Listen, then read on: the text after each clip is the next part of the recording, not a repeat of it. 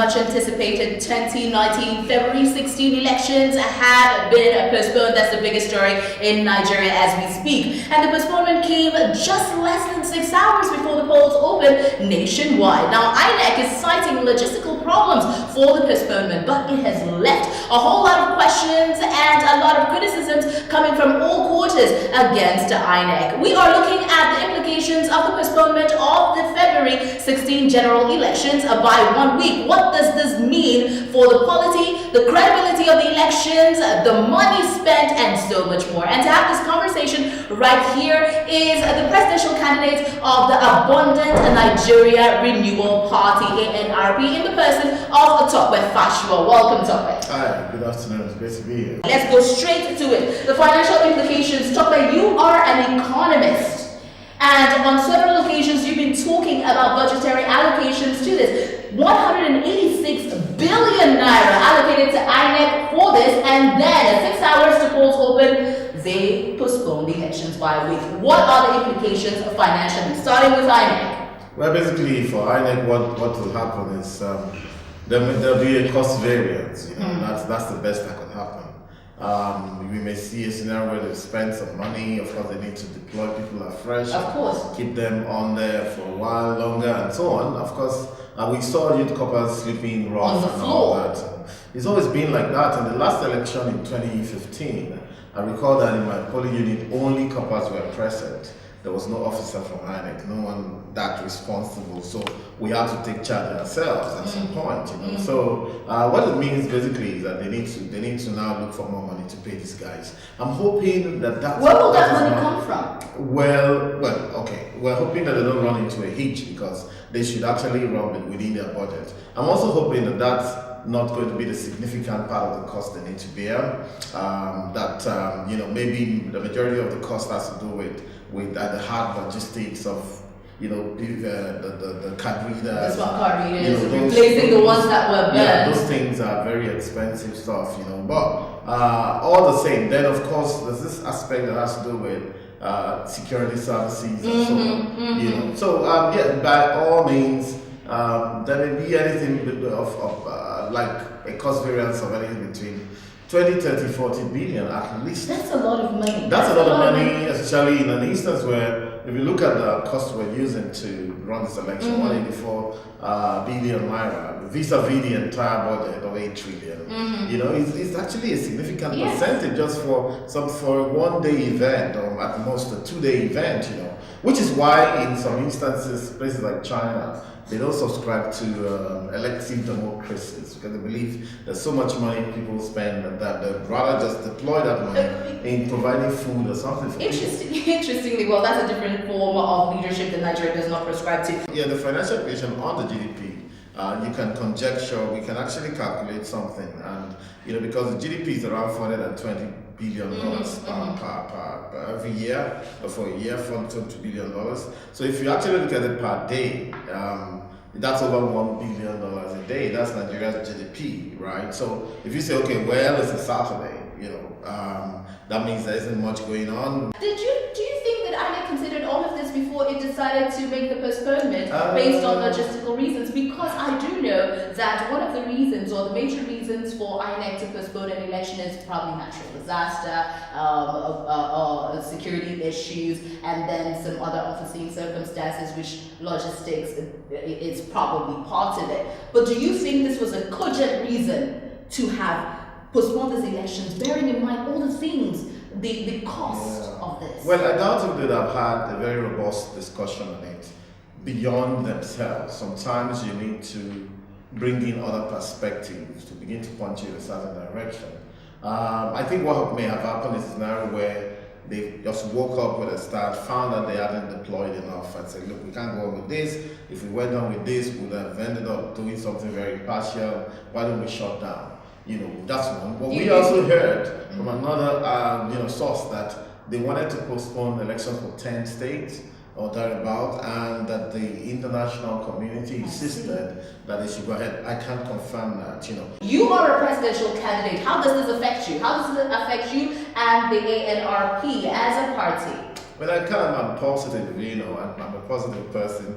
I think we're going to. I think we're going to gain from it. Really? Because I was about to ask you, do you think you may lose voters based on this, or you're going to gain voters based on this? Certainly, we are going to gain voters. I'm going to gain voters because this incident has shown that that we have a bunch of incompetent people there. But mind you, the fact, not only INEC, it's a governmental thing. Mind you, 2015 there was also a postponement for 6 weeks. Of course. In 2011 there was also a postponement. So it's like we can't even run anything. I believe that the guys there are even a lot more incompetent, really. And so I see a scenario now where these two so-called big parties are on each other's neck, and one says you bought over INEC, the other says you bought over INEC, and it sounded so ridiculous that even those in government are complaining that a certain opposition has bought over INEC, a body that they pay salaries and appoint. But do you hold on? So I think the people of this country, especially the young people, are sick and tired of it. Sick and tired. I want to find out if you think there is any legitimacy to some of these allegations, where some people believe they have alleged that the elections were postponed to help a certain party,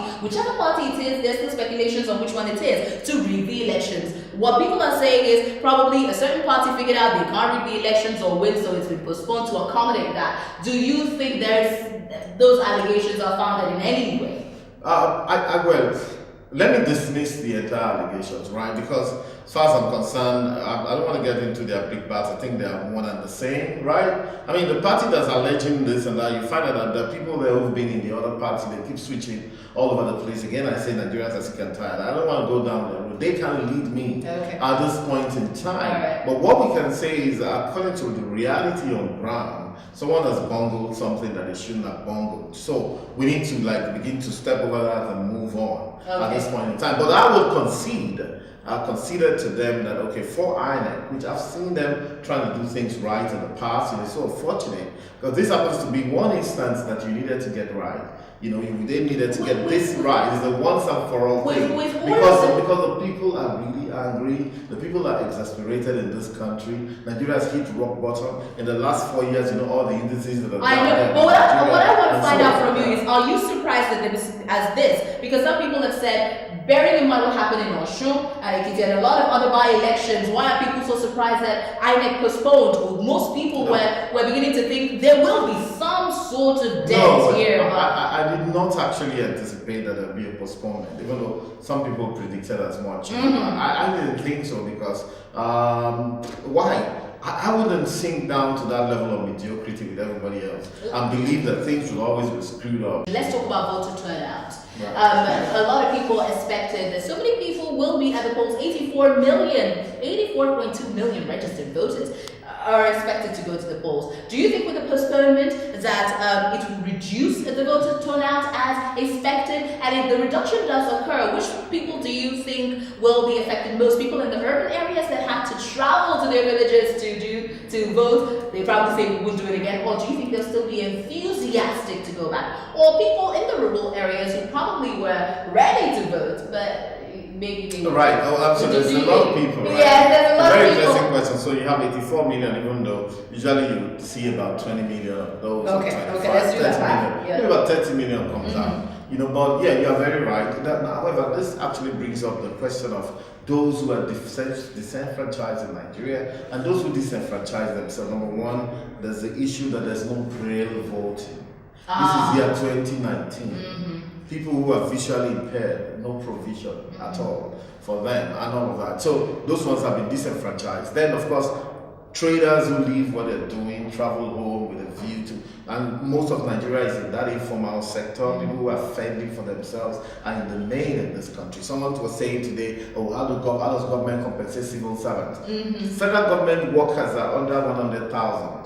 Then the parastatals, if you add all of parastatals, they're about 2 million or so. They are not so significant in these numbers that we're talking about. So that's those people who be, people who will say, well, they want to rig it anyway, that's why they postpone it. I don't want to go back. Why go to the village twice in 2 weeks and so on? Then, of course, those in the village who will also be told that, look, there's something at play, and we don't just understand it. Look, why don't we just stay away? all of this thing is all about disenfranchising people. And also probably add that there's an increasing number of people in NGOs and so on who have disenfranchised themselves, that they're as observers. So by that, nobody's doing the numbers to see how many people have taken themselves out of the electoral process in Nigeria and who should be hearing them. Now, all of this all comes back to one thing. I voted once in the UK, and of course, you vote on a Tuesday, and you vote on your way to work. And we need to get to that point where we can do that in this country. Exactly. We need to believe in ourselves. We need to take it electronic. We have to be able to use our card to vote anywhere we are and vote for any number of people that we want. A big thank you to you, Dr. Fasua, for having this conversation with us. We are still continuing to follow the fallout and the impact and the effects of the postponement of the February 16 general elections. Remember, the elections have been postponed by a week, as we know right now. So it is February 23rd for the presidential and national assembly, and then March 9th for the governorship, state houses of assembly, and federal council areas. That is what we know as at this moment. Please go to the comment section of this video and tell us how you have been affected by the postponement of the presidential elections. If you're still going to go out to vote, the new days for the elections and your general opinion about what has been going on. You have been watching Root Cause right here on Rootstv Nigeria. My name is Gloria Oji Emode.